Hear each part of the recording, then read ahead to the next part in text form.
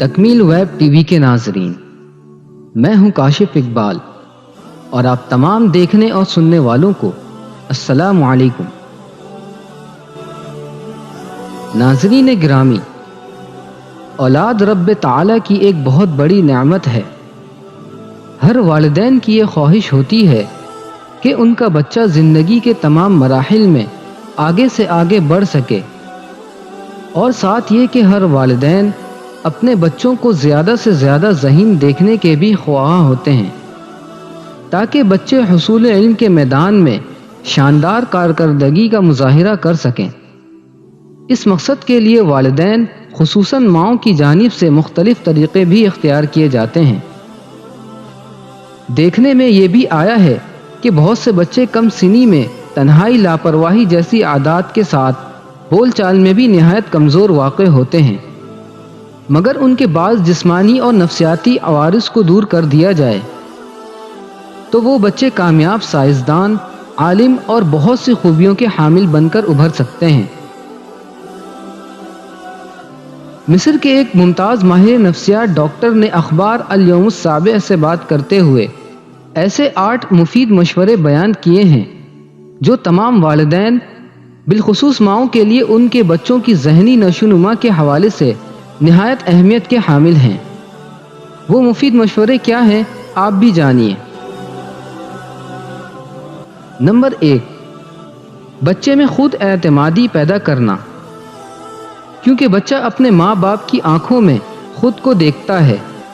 اگر بچے کی زیادہ سے زیادہ تعریف و توصیف کی جائے تو اس میں خود اعتمادی میں اضافہ ہوگا، اور یوں اس کی ذہنی صلاحیتوں کی بہتر انداز میں نشوونما ہو سکے گی۔ نمبر 2، بچوں میں خود اعتمادی پیدا کرنے کی کوشش صرف والدین تک محدود نہیں رہنی چاہیے۔ بچے کو محدود ذہنیت کا الزام نہیں دینا چاہیے، بلکہ ماؤں کے لیے ضروری ہے کہ وہ اپنے بچوں میں خود اعتمادی پیدا کرنے کے لیے اس کے اساتذہ اور دوستوں کو بھی اس بات پر قائل کریں کہ وہ بچے میں خود اعتمادی کے فروغ کی کوشش کریں۔ نمبر 3، بچے کو ڈرانے دھمکانے اور اسے دوسرے بچوں کی نظر میں گرانے سے گریز کریں، چاہے وہ بار بار غلطی کیوں نہ کرے۔ بار بار کی ڈانٹ ڈپٹ سے بچہ اندر سے ٹوٹ جاتا ہے۔ نمبر 4، بچے کی ان خوبیوں کو تلاش کریں جو اسے دوسروں سے ممتاز کرتی ہیں۔ اس کی آواز اور قدرت کلام کو بہتر بنانے پر توجہ دیجیے۔ اسے گھر میں ایسا ماحول فراہم کیجیے تاکہ وہ اسکول میں بھی اپنے اوپر اعتماد پیدا کر سکے۔ نمبر 5، بچے کی ذہانت سے زیادہ اس پر کام کا بوجھ نہ ڈالیے۔ ایسا نہ ہو کہ کام کے بوجھ تلے دب کر بچہ ناکام اور مایوس ہو جائے۔